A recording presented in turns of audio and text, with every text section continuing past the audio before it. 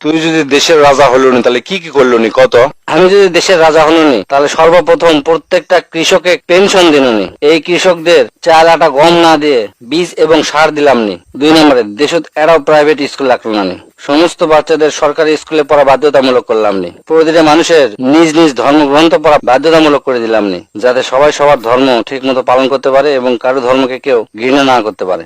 দেশের মধ্যে এমন নিয়ম করলাম নি, কোন নেতা মন্ত্রীর ছেলেদের যেন বিদেশে লেখাপড়া না করাতে পারে। প্রত্যেকটা নেতা মন্ত্রীর সন্তানদের দেশে লেখাপড়া করতে হবে। কোন সরকারি কর্মকর্তা বা কর্মচারী যদি তার বৃদ্ধ বাবা মাকে না দেখে তাহলে তার চাকরি চলে যাওয়ার ব্যবস্থা করতাম। শুধু তাই নয়, তার 3 জেনারেশন যেন কোন চাকরি না পায় সেই ব্যবস্থা করে দিতাম। দেশের প্রতিটা মানুষের রাজনীতি করতে চাইলে নির্দিষ্ট পরিমাণ লেখাপড়া পাশ করে তারপর রাজনীতি করতে হবে। প্রত্যেকটা ছেলে এবং মেয়ের বিয়ের আগে তার ভার্জিনিটি টেস্ট করে তারপর বিয়ের ব্যবস্থা করতাম, যেন বিয়ের আগে ভুলেও এই ধরনের আকাম কুকাম না করে। যে ব্যক্তি নেতা হবে এবং রাজনীতি করবে সে কখনোই বিলাসবহুল জীবন কাটাতে পারবে না। প্রত্যেক মাসে তার সম্পত্তির হিসাব দেশবাসীকে জানাতে হবে, যেন সে কোনো দুর্নীতি না করতে পারে। দেশের প্রত্যেকটা শিক্ষার্থী 70% মার্ক না পেলে পাশ করে দেওয়া হবে না, কারণ তার উপর ক্লাসে ওটা থেকে শিক্ষা ইম্পর্টেন্ট। কোন সৈনিক যদি দেশের জন্য প্রাণ চলে যায় তাহলে তার সন্তানরা তার মৃত্যু পর্যন্ত সরকারি সমস্ত সুবিধা পাবে এবং তার সমস্ত পরিবার সবচেয়ে বেশি সম্মান পাবে, কারণ তার পিতা বা তার স্বামী দেশের জন্য প্রাণ দিয়েছে। এদিকে চিকিৎসা ব্যবস্থা এমন করতাম, কোন ডাক্তার নিজস্ব কোন ক্লিনিক বা ফার্মেসি দিতে পারবে না এবং দেশত কোনো বেসরকারি ক্লিনিক বা হসপিটাল থাকবে না।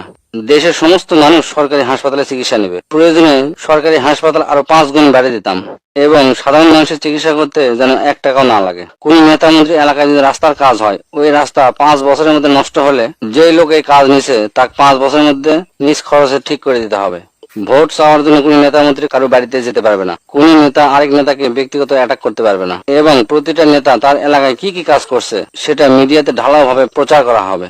দেশবাসী সবাই যেন দেখতে পায় কোন কোন জেলার নেতা কি কি উন্নয়ন করছে। নিজের দেশের 1 টাকাও যেন কোন নেতা বাইরের দেশে না পাঠাতে পারে সেই ব্যবস্থা করতাম। বাংলাদেশের বিদ্যুৎ এবং রাস্তা এই দুটা ঘাটতি পূরণ করতে যত যা করা লাগে সেটা আগে করতাম। যেহেতু আমাদের দেশে বেকার সমস্যা খুবই বেশি, সেই কারণে সারা বাংলাদেশের প্রতিটা জেলায় প্রতিটা থানায় পলিটেকনিক স্কুল এবং কলেজ তৈরি করতাম, যেন প্রত্যেকটা যুবক টেকনিক্যাল কাজ শিখে নিজের পায়ে নিজে দাঁড়াতে পারে। বাংলাদেশের যে কোনো খাবার কোম্পানি সেই খাবারে ভেজাল মিশালে তার ফাঁসির আইন করতাম, যেন ভুল করেও কোন খাবারে কোনো ভেজাল কেউ না দিতে পারে।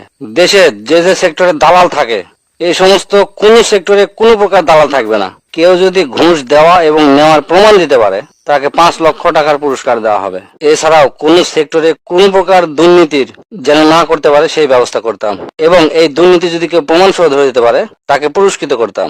আমার মনে হয় যে সমস্ত কথাগুলো বলছি এগুলা বাস্তবায়ন করতে